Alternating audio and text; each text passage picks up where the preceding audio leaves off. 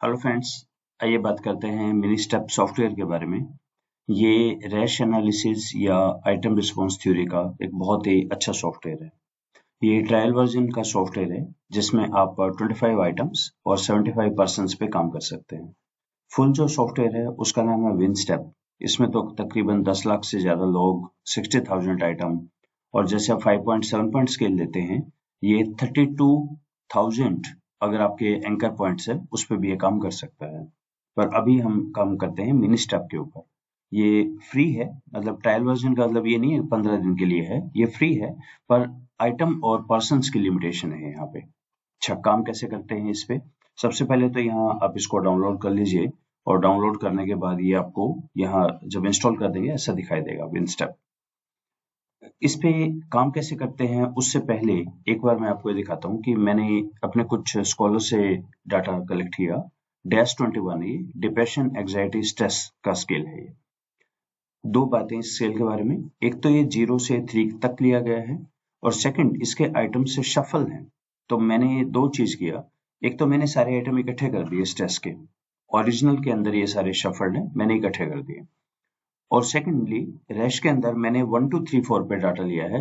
Zero का कई software में कुछ अलग मीनिंग होता है, तो 1 2 3 4 इससे कोई फर्क नहीं पड़ेगा। आइए देखते हैं, पहले हम अपनी एनालिसिस थोड़ी करते हैं। 1 का मतलब है did not apply to me, 4 का मतलब है मच अप्लाई टू मी। और ये स्ट्रेस के बारे में, remember higher the score higher is the stress. ये लोगों का डाटा है, कोई मिसिंग नहीं है, कोई इम्प्रॉपर कोड नहीं है। मैंने यहाँ पे टोटल ले लिया हर आइटम का, तो इसका मतलब जिसका टोटल सबसे ज्यादा है, लाइक 24, ये आइटम सबसे ज्यादा स्ट्रेस में है, ये पर्सन। क्योंकि ये बोल रहा है अप्लाई टू मी, जो भी आइटम है स्ट्रेस की, कोई नेगेटिव वर्डेड नहीं है, तो इसका मतलब ये सबसे ज्यादा स्ट्रेस में है, और ये तो स्ट्रेस ले ही नहीं रहा पर्सन। ये तो कह रहा है did not apply to me, कोई ऐसी चीज नहीं है। तो इसका मीनिंग ये हुआ, higher the stress, higher higher is the sum, higher is the stress of that person. Correct है? जितना ज्यादा स्कोर होगा, क्योंकि सारे यूनिडायमेंशनल हैं, जितना स्कोर ज्यादा उतना स्ट्रेस लेवल ज्यादा। अच्छा, यहाँ आईआरटी में स्ट्रेस को या जो भी वेरिएबल आप काम कर रहे हो उसको एबिलिटी बोला जाएगा। थीटा से डिनोट करते हैं। एबिलिटी का मतलब है आपका वेरिएबल। अगर आप स्ट्रेस पे काम कर रहे हैं तो हायर एबिलिटी मतलब हायर स्ट्रेस।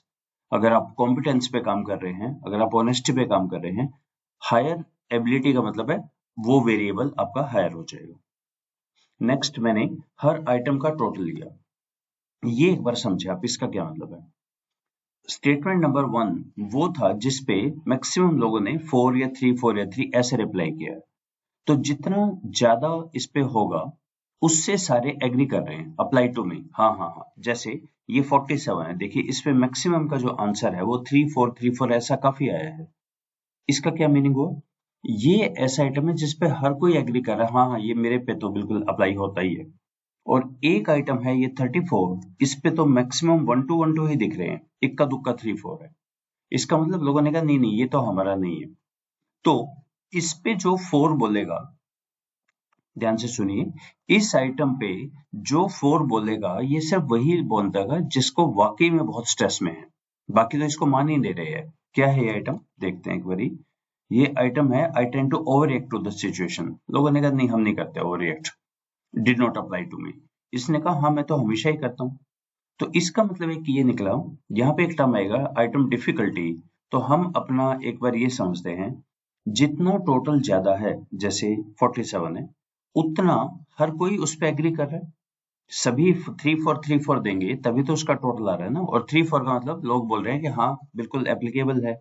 उतना ये इजियर आइटम बोला जाएगा। यानी इजी या डिफिकल्ट ये वो नहीं है जिसको हम ये बोलें कि इजी का मतलब है कि कोई क्वेश्चन हमने दिया एमसीक्यू, वो नहीं है। इजी वो इजी है जिसपे हर कोई एग्री कर रहा है उस आइटम से, और डिफिकल्ट वो आइटम है जिसपे बहुत ही कोई स्ट्रेस पे हो वो ही एग्री कर पाए। यानी एग्रीमेंट का मतलब है इजियर टू एग्री और डिफिकल्ट टू एग्री। तो आप ये याद रखिए, जितना हायर स्कोर होगा उतना इजियर आइटम होगा, उतना उसका लो मेजर बनेगा। अब ये मेजर क्या होता है, हम आईआरटी के अंदर हर आइटम का और हर पर्सन का एक स्कोर निकालने वाले हैं।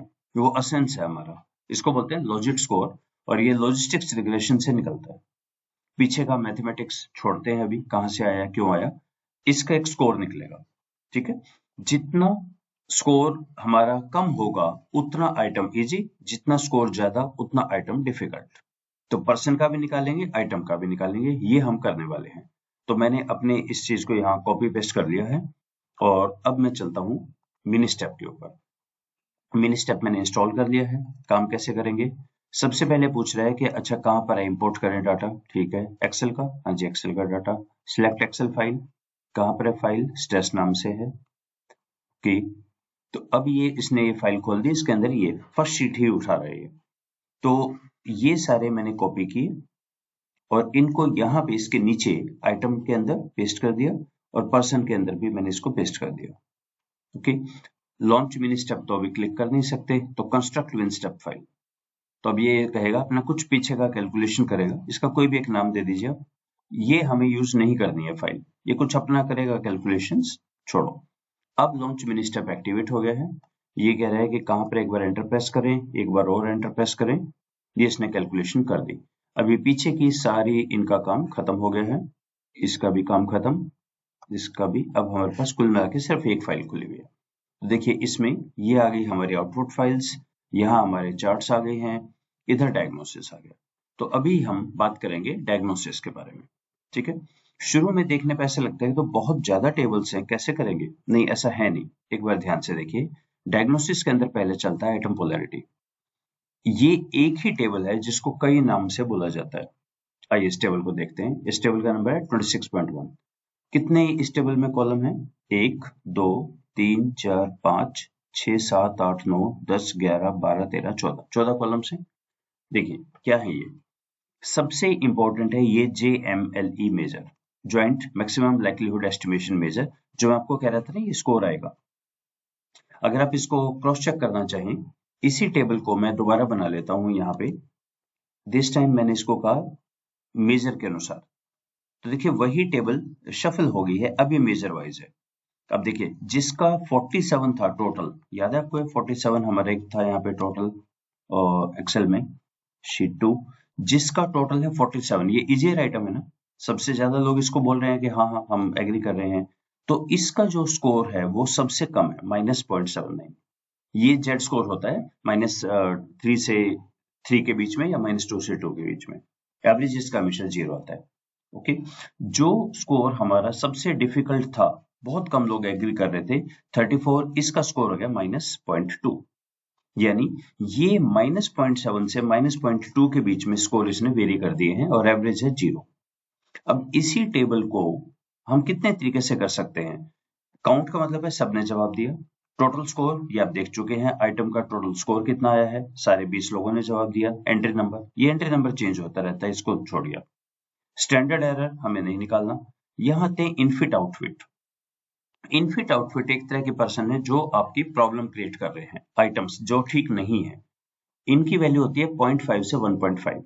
तो अगर इनके अकॉर्डिंगली आप लगाना चाहें तो हम यहाँ पे चलते हैं पीछे, ये है ना मिनी स्टेप।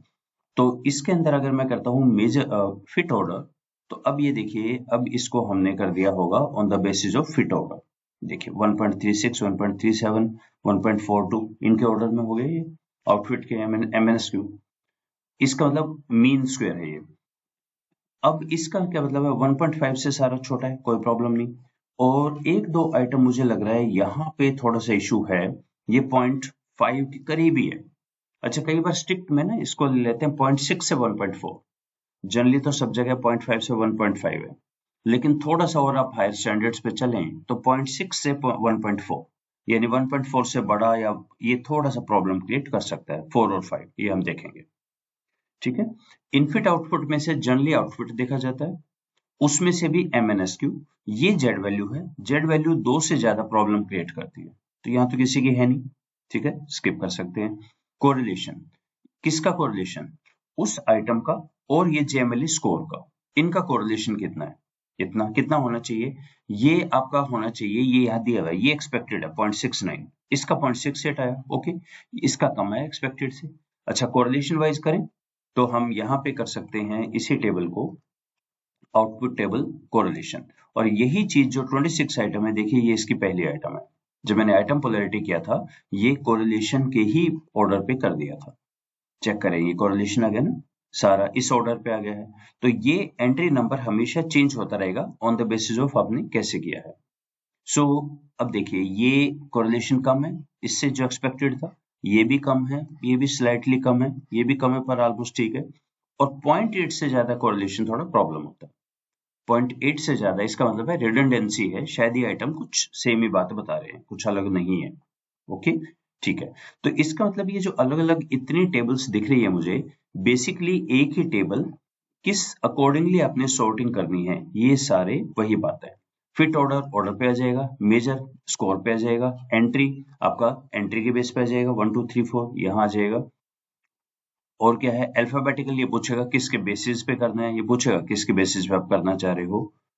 डिस्प्लेसमेंट, यहाँ पर डिस्प्लेसमेंट है कि अगर इस आइटम को हम रिमूव कर दें तो बाकी क्या फर्क पड़ेगा, उस टाइप का। ठीक है, इस पे लगभग 0 ही आता है ये तो हमेशा ही। और कोरिलेशन तो कोरिलेशन पे करेगा। ठीक है, तो ये 5-6 टेबल, ये एक ही बात है, इसका नाम है पोलैरिटी। कैसे देखते हैं और क्या देखते हैं इसमें? नंबर 1, स्कोर, यहाँ टोटल काउंट देख लें। अगर 20% है तो सबका ही होना चाहिए, कोई मिसिंग भी नहीं है, अच्छी बात है। काउंट के बेस पे स्कोर बनेगा, कितना वेरिएशन है हमें कुछ करना नहीं। आउटफिट इनफिट ही MNSQ 0.5 से 1.5 और Z 2 से छोटा होना चाहिए। पी मेजर आपकी जो एक्सपेक्टेड है उससे बड़ा ही होना चाहिए, पर 0.8 से बड़ा प्रॉब्लम क्रिएट कर सकता है। कितना ऑब्जर्व था और कितने मैच हुए हमारे मॉडल के अनुसार, और ये आइटम नंबर है, राइट। सो ये हमारा फर्स्ट हुआ। इन सबको मैं क्लोज करता चलूं, ये आपके टेम्प फोल्डर में जा रही है सारी। ये बहुत इंपॉर्टेंट चीज है, कैटेगरी। कैटेगरी का मतलब ये हुआ, हमने अभी तक कभी इस पे नहीं फोकस किया जब सीटीटी करते हैं कि 5 पॉइंट स्केल होना चाहिए, 4 पॉइंट कैसे डिसाइड करते हैं। इन दो से पता लगता है, कैटेगरी मेजर पे चलते हैं। नंबर 1, यहाँ पे 3 रूल हैं। पहला रूल तो ये है, आपके ये सारे ऑर्डर में होने चाहिए। देखिए ये ऑर्डर में है 1 2 3 4। एक इसके बारे में क्या ख्याल है? 1 3 2 4 ये मिसमैच हो रहा है। इसका मतलब जो स्टेटमेंट नंबर 2 है उस पे लोगों के रिस्पॉन्स पैटर्न थोड़े से अजीब से थे। 1 3 2 ऐसा नहीं होना चाहिए। नंबर 2, सारी की सारी कैटेगरी इक्वल स्पेस होनी चाहिए। 1 2 का जो गैप है, 2 3 का भी और 3 4 का भी इतना ही गैप होना चाहिए। तो आप किसी में देखेंगे यहाँ 1 2 का गैप थोड़ा सा कम है, 3 और 4 तो दिख ही नहीं रहा। ये गैप बहुत वाइड है, आगे गैप कम है, और यहाँ तो 3 4 काफी करीब है। तो इससे हमें पता लगता है कि कैटेगरी सही है या नहीं है। तो इसका मतलब ये तो काफी चांसेस हैं, इसको तो रिमूव ही करना पड़ेगा। अच्छा, किसी एक बेसिस पे रिमूव नहीं करेंगे, हम कई मल्टीपल चीजें देखेंगे रिमूव करने के लिए। सो पहले ये हो गया एक, हाँ 2 में थोड़ा सा इश्यू लग रहा है। 3 रूल क्या है इस चार्ट को देखने के? नंबर 1, ऑर्डर में होना चाहिए। नंबर 2, इक्वल स्पेस होना चाहिए। नंबर 3, ये पूरा -3 से 3 तक वाइड स्प्रेड होना चाहिए। यानी प्रेफरेबली अगर ये यहां से शुरू होता और अच्छा होता। अभी ये सारे यहां तक देख रहे हैं, ये भी यही देख रहे हैं, ये भी यही, लेकिन ऑलमोस्ट कवर है। फिर भी अगर जितना वाइड हो उतना अच्छा है, वो थर्ड है। नंबर 1, कैटेगरी का order. Number 2, equal spacing. Number 3, पूरा कवर होना चाहिए, यानी कोई यहां पर हो इधर, कोई इधर हो, पूरा डिटेल में कवर होना चाहिए। ओके, एक और टेबल है इसकी डायग्नोसिस की, कैटेगरी फंक्शन। इसके अंदर 4 सब सेक्शंस है। सेक्शन नंबर 1, ऑब्जर्व काउंट किसी भी कैटेगरी का 10 से कम नहीं होना चाहिए। अगर किसी पे भी 10 से कम है तो खैर, यहाँ तो देखिए आइटम लोग ही 20 हैं, लेकिन अगर आप लार्ज लें तो ये 10 से बड़ा होना चाहिए। नंबर 2, फिट वही आगे 1.5 से 1.5। ओके, एंड्रिच थ्रेशोल्ड ऑर्डर में होना चाहिए, इसका ऑर्डर वायलेट नहीं होना चाहिए। ये इसी तरह ऑब्जर्व एवरेज भी, ये ऐसा नहीं होना चाहिए पहले नेगेटिव पॉजिटिव और फिर नेगेटिव आ गया, ऐसे नहीं। अगर आएगा तो यहाँ स्टार लग जाएगा। एंड्रिच थ्रेशोल्ड ये भी ऑर्डर में होना चाहिए। ठीक है, यहाँ सारे ठीक लग रहे हैं। नंबर 2, क्या हम M to C, C to M, does measure imply the category? अगर मैं किसी बंदे का स्कोर बता दूं आपको कि इसका स्कोर 0.65 आया पॉजिटिव का, तो वो कौन सी कैटेगरी पे टिक करेगा, क्या आप ये बता पाएंगे? इस चीज को यहाँ बताया गया है। हाँ जी, 68% टाइम हम बता पा रहे हैं। अगर आपको उस पर्सन का मेजर पता है तो कौन सी कैटेगरी करेगा ये हम 68% एक्यूरेसी से बता सकते हैं। और अगर कैटेगरी पे टिक करे किसी क्वेश्चन की तो मेजर बता पाएंगे कि थर्ड आइटम पे उसने 1 पे टिक किया है, तो आप बता पाएंगे इसका कितना स्कोर आएगा रफली 41% बता पाएंगे। जितना हायर होगा उतना अच्छा, हायर द स्कोर दोनों के अंदर उतना अच्छा। 0 के करीब है वो बेकार है कैटेगरी, वो आपको शायद हटानी पड़ेगी कैटेगरी। और इसी तरह से डिस्क्रिमिनेशन 0 से बड़ा होना चाहिए, पॉजिटिव होना चाहिए। नेगेटिव अगर आ रहा है तो इसका मतलब सीरियस प्रॉब्लम है। ठीक है, 2 हो गई हमारी टेबल, एक हमने ऊपर देखा, एक सेकंड टेबल देखी, थर्ड टेबल पे ये कंफ्यूजन मैट्रिक्स है। ऑब्जर्व्ड कैटेगरी 1 थी, जब हमने अपना मॉडल बनाया उससे प्रेडिक्ट किया तो ये मैक्सिमम लोगों ने 1 ही बोला, एक्चुअल 1 था, बोला 1। कितने लोगों ने बोला, कुछ लोगों ने 17 भी बोला, ये कुछ लोगों ने 2, कुछ ने 0.9 ऐसे बोला। तो मैक्सिमम 1 का 1 पे आना चाहिए, 2 का 2 पे मैक्सिमम आना चाहिए in that particular row, third का थर्ड पे आना चाहिए। अब यहाँ इसका क्या मतलब है, एक्चुअल में जो थर्ड था लोग उसको 2 प्रिडिक्ट कर रहे थे, हमारे अनुसार मॉडल के अनुसार वो 2 होना चाहिए था, एक्चुअल में 3 था, ये देख रहे हैं। इसी तरह 4 का 4 में हाईएस्ट आना चाहिए। ठीक है, तो 2 और यहाँ हल्का सा एक इशू लग रहा है, अदरवाइज इट्स ओके। और फोर्थ है प्रोबेबिलिटी का जब आप बनाएं तो आपकी हर एंकर पॉइंट का अपना हिल होना चाहिए। जैसे 1 यहाँ पर है, 2 इधर है, 3 इधर है, 4 इधर है, ये ओके चलेगा। अगर आपको कोई एक ऐसा दिखे 2 यहाँ से शुरू हुआ इसके नीचे ही चला गया, 2 का हिल ही नहीं आया, इसका मतलब आपकी वो कैटेगरी आपको मर्ज करनी पड़ेगी, शायद आपका वो जितने एंकर पॉइंट आप ले रहे हैं उतना सही नहीं है। जितने एंकर पॉइंट है हर एक का अगर अलग अलग हिल है तो आपका सारा ओके है, बिल्कुल सही आ जाएगा सारी चीजें। ये हमने बात की एंकर पॉइंट्स के बारे में, एंकर पॉइंट्स में क्या होना चाहिए। तो हमने 3 बातें कर ली, एक तो आइटम डिफिकल्टी वगैरह क्या होते हैं, ये शुरू की टेबल्स कौन सी हैं, और कैटेगरी के बारे में 2 कुछ बातें और हैं, इसको हम अगले वीडियो में देखते हैं। So let's stop here, thank you.